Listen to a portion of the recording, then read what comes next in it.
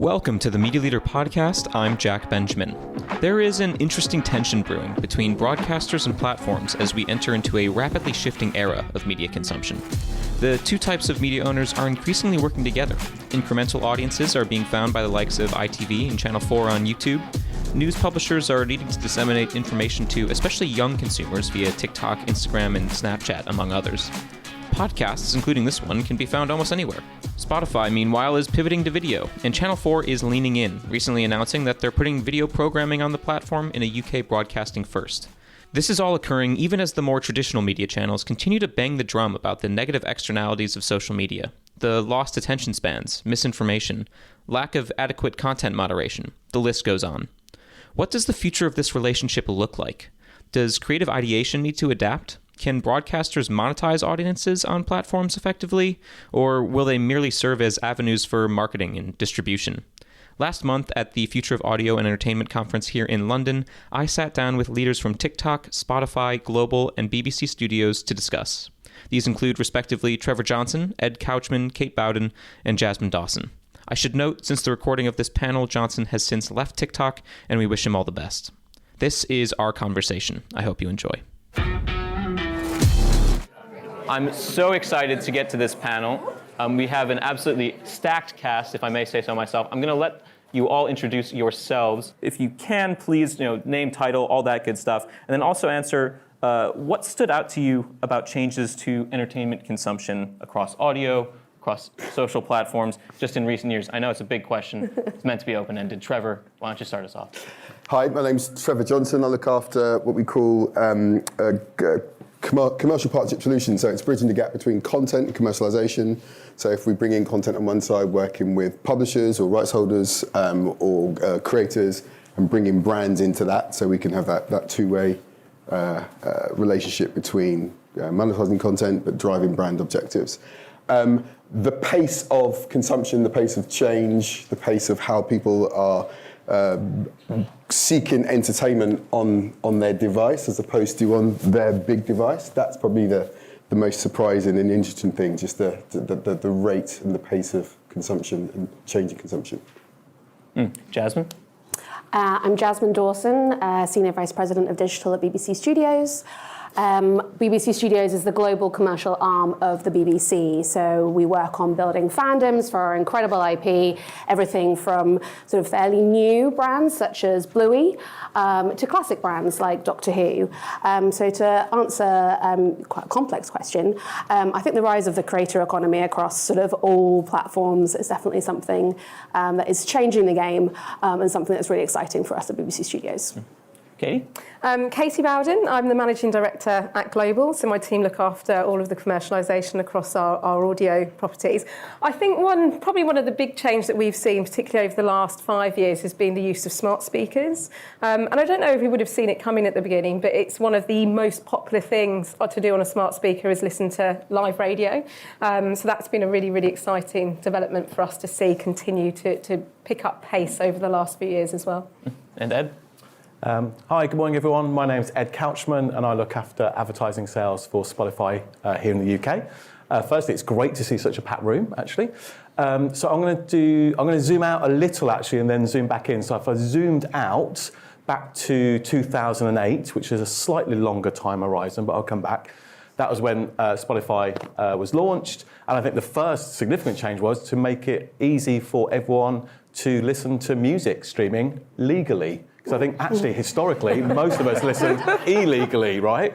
So I think that's a really good shift that actually we are listening to music and watching other content legally rather than illegally. So we can then give money back to the rights holders and content creators, which is really important. So for example, in the UK, last year, Spotify gave back to, globally, 7.7 billion back to the sort of rights holders. So that's a really fundamental. Then if I was to zoom into much more recently, the most significant shift we've seen is this coming together, this sort of merging of audio and video. That we see a significant step change in video consumption on our platform. That could be anything from song lyrics, music videos, or more personally, I think, video podcasts as well. So this coming together of audio and video. So lots is changing in terms of consumption. I'm curious, from the broadcaster perspective, how have you looked to thus reposition your content and also your audience targeting strategies? And is it working alongside platforms more like we heard earlier with ITV and YouTube, or are there other content strategies that you guys are looking after? And perhaps, Jasmine, you can kick us off. Absolutely. I think putting the audience at the heart of everything we do. So no matter the platform, the audience obviously consumes content in completely different ways. And then also, if you understand your audience, then having a really deep relationship with the platforms to make sure that you understand what the roadmap is, what's coming up, so that you can stay one step ahead, and making sure that in those changing consumption habits from the audience, you understand what the platforms need and want, and also the advertisers. So that's sort of the trifecta of those three things is really what we're focusing on, which enables us to sort of grow significantly, not just from an audience perspective, but also from a revenue perspective as well, which is really important from a commercial and global perspective for us. And Katie, Ed mentioned that audio is increasingly becoming video. How important is that at Global at the moment? I mean, I think the relationship between the social platforms and us as a broadcaster has always been quite symbiotic. If you think about the live nature of particularly radio, it was so natural for us to move into the social space. And then when I look at how our listeners, users, whatever you want to refer to them as now, interact with our brands, we have over 500 million video views every single month across social platforms, across our broadcast portfolio, which I think is a reflection of just how our audience now interact with the brands. So I think it's been certainly a big opportunity for us. And I think when yesterday we obviously announced the summertime ball. For those Mariah Carey fans out there, she will be here in June for the first time in 6 years. And how we actually promote that and distribute that message. I mean, social is a massive part of how that audience find that news, how excited they get about it, how we interact. And I think particularly short form video on social for us is really, really, really popular. Well, Trevor, it's a good time for you to come in, I suppose, then. How do you balance working with the established publishers versus all the creators out there that are using your platform? I mean, let's just take a step back. So, and we always say this and people roll their eyes, but TikTok isn't a social platform, it's an entertainment platform and it's a discovery platform, right? And I'll give you the reason. When people pick up their phone to engage in TikTok, they want to see new products, they want to see new entertainment, they are there to watch, not to check. So they're in a different mindset, they're in a different mode, they put their headphones on, they're wanting to consume content in their feed, and they have a real high tolerance for content they scroll through. So when we think about what the opportunity is for creators and for publishers, it's to be in a platform or in a device where discovery is at its center, right? People want to see new things. And there is a very close relationship between the content creator, the creators, and between community, right? Those three things come together at scale within that platform. So when you ask that question, we don't really see a balance. It's what people do. It's what people consume on their platforms. So understanding that TikTok is a discovery platform where you have to create content that engages people and people will watch it at scale.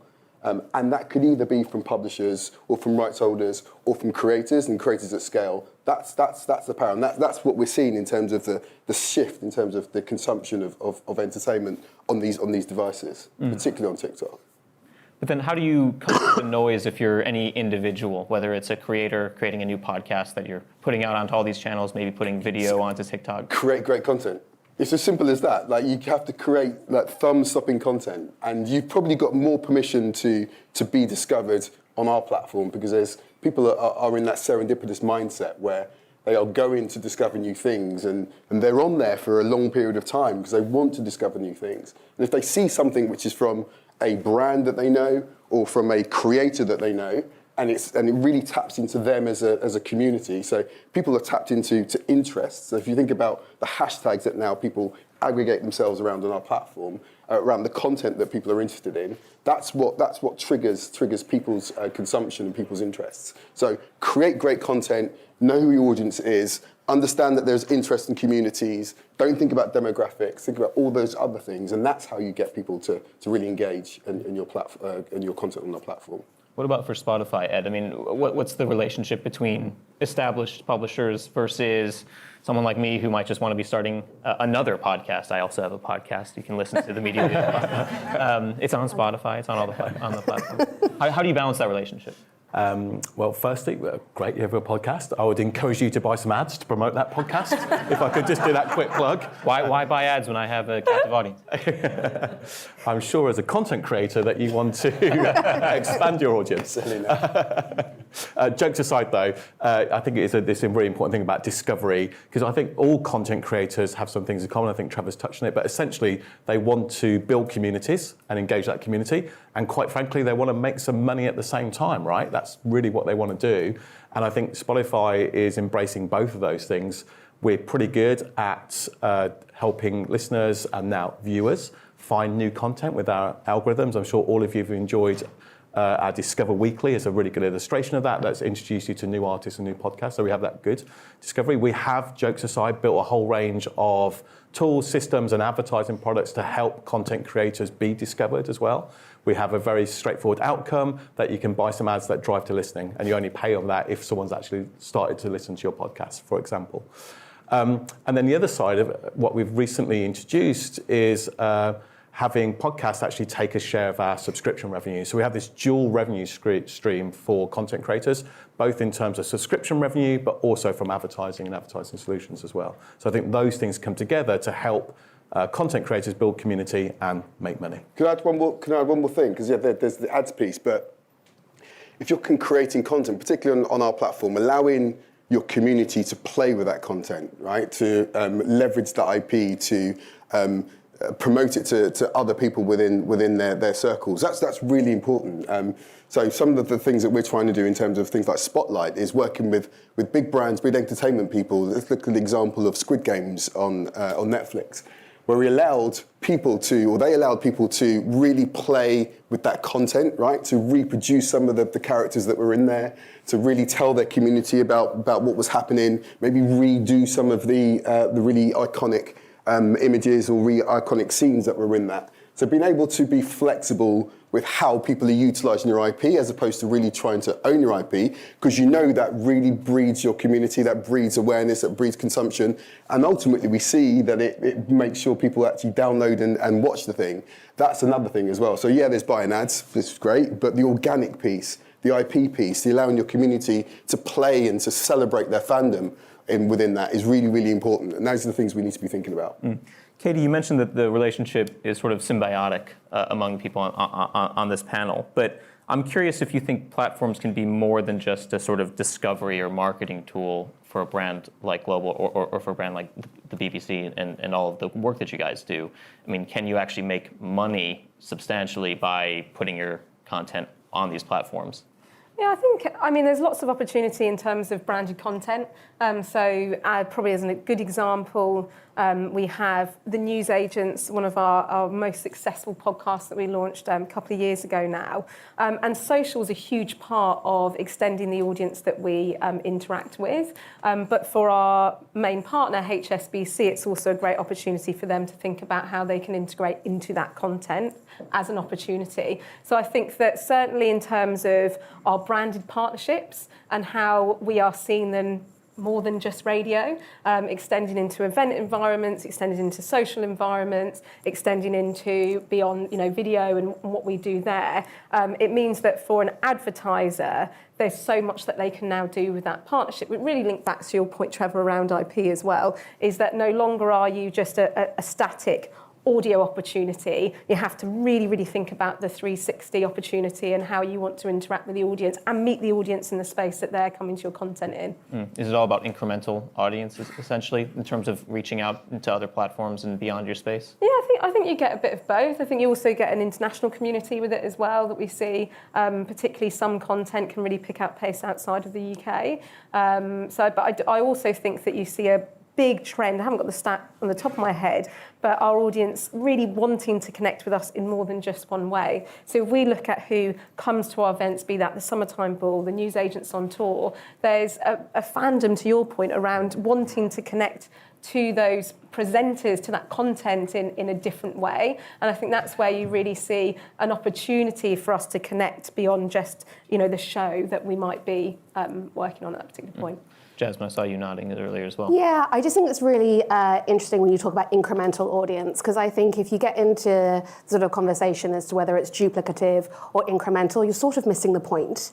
I think ultimately, to Trevor's point, if you're thinking about your audience and creating amazing content for each platform, it's all going to be a sort of holistic experience for each individual, because they're seeing each step in the storytelling, and it's going to be a different story each time. So I think what we're really focusing on is like more is more, and therefore, given that sort of we are democratizing the landscape as we have more creators and more publishers, and essentially, is there ever a difference now? Everyone's just creating amazing content. And therefore, the fight for attention is the really important point. And therefore, if you're creating amazing content, you shouldn't be thinking about the incremental. You should be thinking about how am I engaging and focusing on watch time. That's the big difference for us. We're not chasing views. We've got incredible views. 14 billion last year is a really great stat. But what we're more focused on is that engagement and that watch time. And I think that's where we sort of really need to work with the partners on how much data can we get? How can we tell that we're getting an engaged user? Because an engaged view is far more important to us and the advertisers that we work with, rather than just a straight impression. Do you worry at all about not having full control over exactly how your content is showing up in the platforms, because everyone's TikTok's different, everyone's Spotify's different. All those recommendation algorithms that you mentioned earlier are unique to the individual. So I might never see any BBC Studios content on my TikTok feed if that's not what the algorithm thinks I'm interested in. Does that concern anyone? Yeah, definitely. Yeah, I think we all want to believe that we have control over our brands, but we don't. I think you have to acknowledge that the audience want to play with the content. They want to be able to have their own stamp. And there's a point to that you want to be able to build advocacy for your brands by letting them do that. But it obviously can go too far. So you've got to play that fine balance. So yes, does it concern us? But I think we need to be able to lean into it and be able to understand where we draw the line. And also to add to that point, I think it comes back to the power of the brand. Yeah. And we certainly see that from our perspective. We look at one of the biggest UK radio brands, Heart. When someone gets a smart speaker, we want them to play Heart. Right, that then connects them straight into the content. So I think the importance of brands and the importance of marketing those brands and what your brand means to the audience becomes even more important for discoverability. Because, as you say, there is an element of how do you control how your content shows up, and therefore I think it's really around brand. Ed? Yeah, I was just going to build on that a little, actually, because I do think the economics and distribution model, particularly for podcasts, has really changed in the last sort of couple of years. Before this panel, I think Simon Kilby was here from Bauer, and we caught the end of that keynote. And he talked, I think it was Ken Bruce that talked about trust or human connection, that breeds trust. And I think that's at the heart of why we're seeing this explosion in podcast consumption, essentially, that other news outlets or other platforms, there's this sort of suspicion about that content. And I think what we're seeing particularly from UK consumers is an implicit trust with podcast content, a little bit deeper, more of an intimate relationship. And I think that's from the content creators. And then I think it's about how we're going to distribute that. And I think the model from going to one individual platform for distribution, I think that's now changed. And we're seeing content creators go across multiple platforms to maximize their reach, essentially build that community, maximize their commercial return, but then creating slightly different versions of that content, or could be anything from an edited clip to make sure that it's sort of fit for purpose for those individual platforms. Because as Trevor made this point earlier, not all the platforms are the same. I think there's this umbrella term for social media, but different platforms have very different consumption behavior and very different consumption needs. And I think it's important for content creators then to create content that's right for each of those platforms, essentially. From a podcast perspective, I'm a massive LBC fan, huge. But outside of that, Add the news agents. And specifically the news agents. But the whole thing around creating the snippets of video and distributing those snippets within the Discovery feeds, and then that driving actual download and listen of those podcasts is huge, right? A lot of my feed is that it is from the TalkSports or whatever it is. it is the snippet and the key moments from those video podcasts, which is about driving awareness and depth, and I'm sure there's incremental audience as well, and understanding that's how it works, right? That you drive awareness in one place and hopefully it drives engagement in the other place.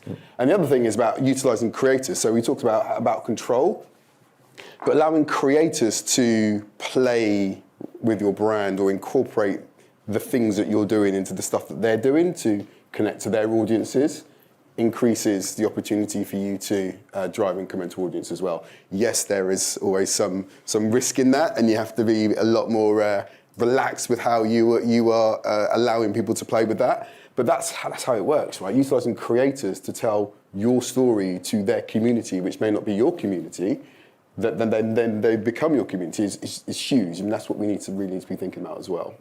I want to bring measurement into the conversation. Somehow, we haven't talked about measurement yet this morning. I feel like it's always the number one topic at all of our events, and for good reason. When you're putting pieces of content, especially from the broadcaster's perspective, in different locations, whether it's on TikTok, on Spotify, on YouTube, also, of course, on the radio, on television, all these different places measure things differently. So how do we ensure advertisers have an actual holistic view of exactly what they're sitting against and how well it's doing, and are people watching? I'm happy to jump in initially on this one. I think I've worked in audio a long time, and the stat that always sticks in my head is that over 20% of the UK's media consumption time is with audio, but we certainly don't see that reflected in terms of advertiser investment. I think that measurement, particularly when you look at how consumption has so significantly changed over the last 10 years, is really, really important. I think we need support from clients, and I think we need support from agencies, because every single big media owner in this space has a way to measure and deliver outcomes for a client and to show how that delivers on their plan. But often what we see is it can sometimes be an afterthought. So, every single big marketing client who invests a lot into the space will understand how to measure their media plan. But often what we then get under the skin of, go, well, how are you measuring audio? And there hasn't been thought really put into how that's done properly to show impact and effect. And I think that's sometimes why we see a disconnect between the media time spent consuming this medium through to the investment that's actually been made into it. So I think for us as Global, it's always been something that we will talk a lot about with our clients and agencies, is how can we show the impact of your plan, and ultimately what outcomes are you measuring. I think we're also in the world where that's been driven a lot and defined a lot by the digital platforms, and those metrics don't always work for what we want to measure. I think also the obsession with performance, and I think we've been in a challenging economy for a long time, so you're always going to see that obsession from clients. But ultimately, audio, and I'm sure Ed jump in here, we see it contribute right the way through the line in terms of that consumer journey. I'm not going to reference the funnel. The funnel's out of fashion now. But I think that really coming together as an industry and understanding how we prove that impact. But we need the support of advertisers and the agency community to do that. Yeah, I would just really vocally +1 to that. Simon said beforehand as well, like there is a underinvestment around audio, and I think we need to come together as an audio industry. Spotify is course audio visual, but we need to really underline just what difference audio is doing to people's attention, that actually it's a trusted medium. People are turning to it for entertainment, to get their news, their current affairs, and actually I think we need to do a really good job to encourage advertisers to increase their investment, to get involved, and also, like I said, we need to make sure we can really deliver real-world outcomes and demonstrate real-world outcomes, because really that's what advertisers predominantly are interested in. Trevor, what's TikTok's view on this? I mean, I think when I talked to Jenny Fernandez at a previous conference, she suggested that a view on TikTok is essentially as long as the video has shown up on someone's feed, and regardless of how much time they necessarily spent with it. All large platforms, including ourselves, are relentlessly focused on measuring lift or outcome, right? The challenge is working with the third party or the end advertiser on linking their data with our data, right? And the ability to be able to get the data we need or to share the data we need in order to measure that lift, which is why someone like Jenny has got a really a great job where we have to, when we're working with advertisers, work with agencies, we have to work with them really, really closely to ensure that we have all the data we need to be able to look at the impact that we have when it comes to either views or shares.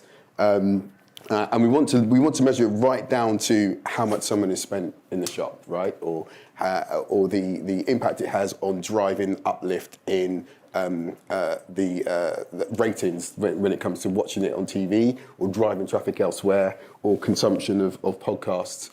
All of that is stuff we want to measure. It's just that there's the gap between what happens on our platform and being able to measure it. And we need agencies, we need third parties, we need all of the data providers to be able to help us bridge that gap. And that's the conversation we're having at this moment in time, because it's not easy making that link. But we are relentlessly, as all platforms are, relentlessly focused on ensuring that what people do on our platform drives outcome and it drives lift.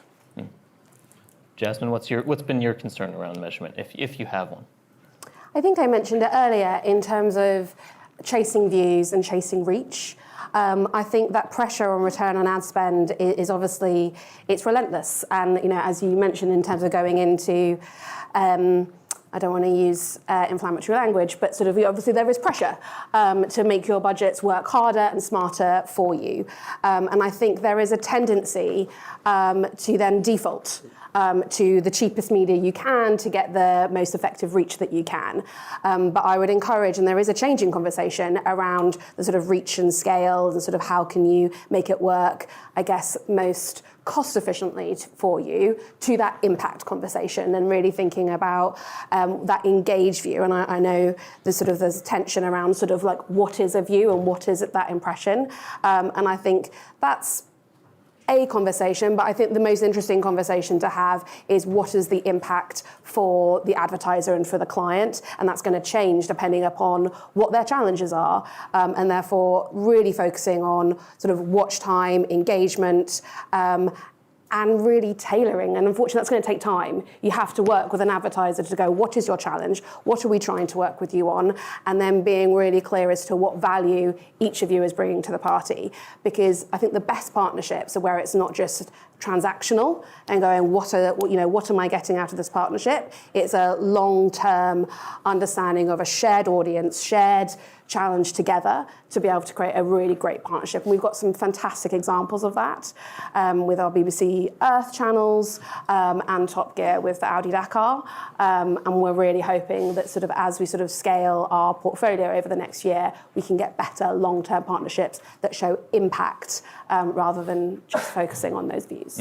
It strikes me that we're talking all about changes in consumer behavior. I think it's important that we measure the extent to which consumer behavior is changing. Mm-hmm. So maybe views aren't necessarily the best metric for that, for especially a lot of people in the room, but it is good to understand, are people actually switching and mostly watching TikTok, mostly listening to Spotify, or interacting with brands in different ways as well. The light is flashing. I just want to ask one further question of everyone on the panel, reclaiming time back.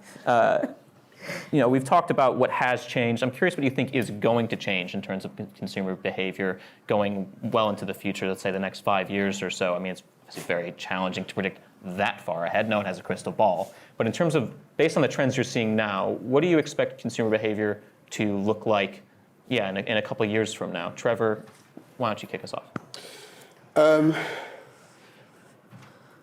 So outside of entertainment, what we're investing a lot in is in commerce, right? So if you have a discovery platform and people are looking for things to do and things to be engaged with on their mobile devices, we always talk about people don't go to TikTok to shop, but they shop at TikTok at scale, right? So they may buy products, they may buy services, they may buy content. So we're seeing that the acceleration to serendipitous discovery, consumption of commerce on our platform is huge. And that opens up significant opportunity for entertainment, right? Because then you start to think about tickets, merch, content, all of those sorts of things that people just, if you have the right message delivered through the right person, which could be a brand or a creator, and is delivered to the right person at the right time, they're probably going to buy it. So start thinking about that when you're thinking about driving more monetization opportunities for you and broadening what entertainment means on these video entertainment, not social platforms. Jasmine. Yeah, I'd love to build on that because I think it's really exciting. The rise of, I'm going to say social e-commerce, but Yes, yeah, you're fine. You can say that. Sorry, no, in terms of being able to sort of connect those dots, and I know you sort of mentioned earlier about the disconnect between sort of social platforms and then trying to connect that to like a TX. I think that's ignoring the fragmentation, right? And I think really what you want to do is understand that the audience wants to get closer to the things that they love the most, and therefore providing a really seamless experience where you can think about, if I'm a creator, what do I want to be able to give to my audience, whether it's something completely bespoke and tailored for Bluey, that you're creating a bespoke T-shirt that you can sell right then and there. That I think is incredibly exciting. I think also, really acknowledging that creators have really come into their own and dominated, and are rivaling us for attention. I think working with them and it being a true partnership is definitely where we need to be going. I think 5 years, who knows what's going to happen in the next 18 months. So I would say focusing on the near term and planning for that, and try not to worry about 5 years because who knows. Katie? I'm going to answer this from an advertiser perspective. I think that podcast investment will double from an advertiser. If we look at where we are now, look at what's happened in the States, I think that will just continue to pick up pace.